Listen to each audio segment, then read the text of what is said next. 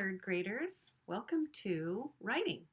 Over the last few weeks, we were talking about opinion writing, and you made some beautiful Google slides with opinion writing. Some of you wrote some beautiful papers on opinion writing on different topics, and now we're moving on to persuasion writing, which looks a lot like opinion writing.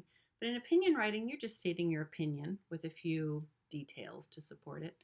But with persuasion writing, you're really trying to convince the reader or listener to change their mind, kind of take a call to action. You want something from them. So there are different kinds of persuasion writing, and it's not always just writing too. Sometimes it's in the form of maybe commercials with a video. But with persuasion writing, the most popular areas are, first of all, persuasion writing, you try to get, like I said, get the reader or listener to change their mind or take action to do something. Persuasion writing is usually to change someone's mind. For an example, let's say you want your parents to let you stay up later. So if you write a letter to them, you're saying, hey, Mom and Dad, I'd really love an extra 15 minutes. You're trying to get them to change their mind. You're persuading them to do something for you, which is giving you a few more minutes. Okay, another reason for persuasion writing is for money. This is a really big one, and you see this a lot with commercials. So not all the time it's not persuasion writing, but sometimes it's a persuasion video where you want someone to give you money, such as if you're watching a commercial and you see one for McDonald's and they really want you to buy their new hamburger. Well, they want something from you. They're persuading you to spend money in McDonald's. You can eat their delicious new burger, try their shake. They want your money. Or you see this a lot. You see a lot of car dealer commercials where the car dealers are persuading your parents to try to buy a new car or truck. Okay, those are just examples. Support cause. This is a really big one, especially now. Let's say you make a poster, a really beautiful poster with words and illustrations on how to wash your hands properly. You're supporting the cause of keeping people healthy right now. You're persuading people to wash their hands a certain way so we can all be healthy and safe.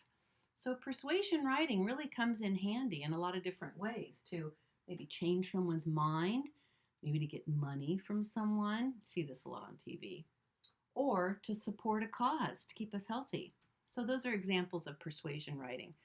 But over the next few lessons, I'm going to be reading mentor text, so show you examples of what persuasion writing sounds like. So you as the reader can sit back, relax, and listen to a few stories. This one's called The Day the Crayons Quit.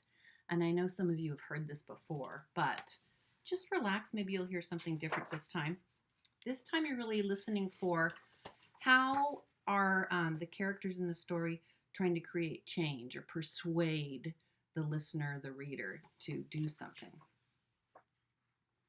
One day in class, move this over a bit, Duncan went to take out his crayons and found a stack of letters with his name on them. Hey, Duncan, it's me, Red Crayon. We need to talk. You make me work harder than any of your other crayons. All year long, I wear myself out coloring fire engines, apples, strawberries, and everything else that's red. I even work on holidays. I have to color all the Santas at Christmas and all the hearts on Valentine's Day. I need a rest. Your overworked friend, Red Crayon. So Red Crayon made it pretty clear. He's trying to persuade Duncan to give him a rest. Dear Duncan, all right, listen. I love that I'm your favorite crayon for grapes, dragons, wizards, hats, but it makes me crazy that so much of my gorgeous color goes outside the lines. If you don't start coloring inside the lines soon, I'm going to completely lose it. Your very neat friend, Purple Crayon. So again, Purple Crayon is really trying to persuade Duncan to color inside the lines. Dear Duncan, I'm tired of being called light brown or dark tan because I'm neither. I'm beige and I'm proud. I'm also tired of being second place to Mr. Brown Crayon. It's not fair that Brown gets all the bears and ponies and puppies, while the only things I get are turkey dinners, if I'm lucky. And wheat, let's be honest. When was the last time you saw a kid excited about coloring wheat? Your beige friend, Beige Crayon. Because, see, so he's really, really tired of just being wheat. He wants more. Duncan. Gray Crayon here. You're killing me. I know you love elephants, and I know that elephants are gray, but that's a lot of space to color all by myself. And don't even get me started on the rhinos, hippos, and humpback whales. You know how tired I am after handling one of those things? Such big animals. Baby penguins are gray, you know. And so are tiny rocks, pebbles. How about one of those once in a while? Give me a break. Your very tired friend, Gray Crayon. Boy, he made it very clear. He's overworked.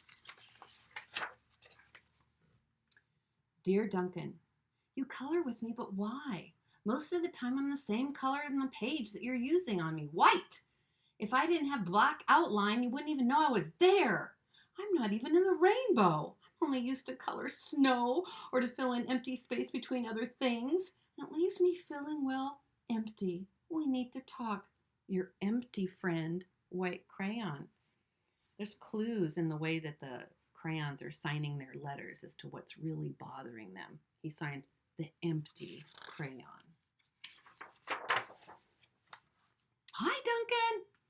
I hate being used to draw the outlines of things that are colored in by other colors, all of which they think are brighter than me. It's not fair when you use me to draw a nice beach ball and then fill in the colors of the ball with all the other crayons. How about a black beach ball sometime? Is that too much to ask? Your friend, Black Crayon. My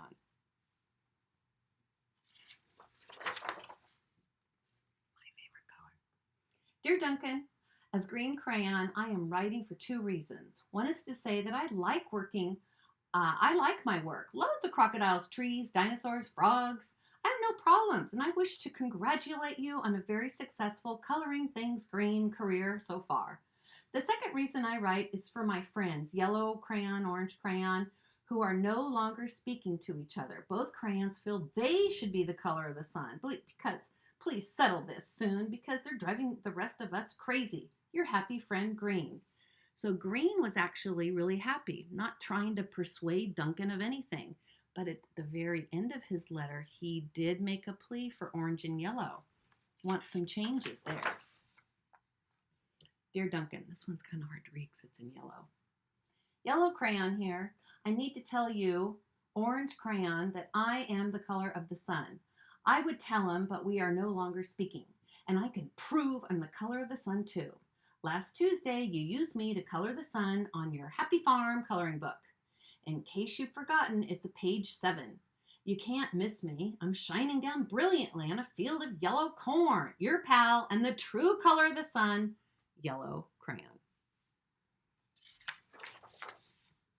Dear Duncan, I see Yellow Crayon already talked to you, the big whiner. Anyway, could you please tell him not to tattletale that he's not the color of the sun? I would, but we're no longer speaking. We both know I'm clearly the color of the sun because on Thursday you used me to color the sun on both the Monkey Island and the Meet the Zookeeper pages and your Day at the Zoo coloring book. Orange, you glad I'm here? Your pal and the real color of the sun, Orange Crayon.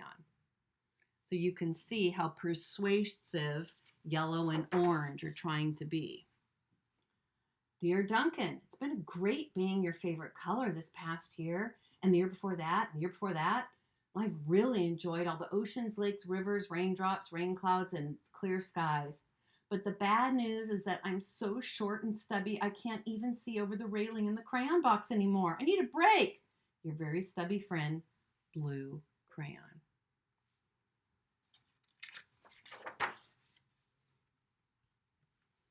Duncan, okay, here, listen here, kid.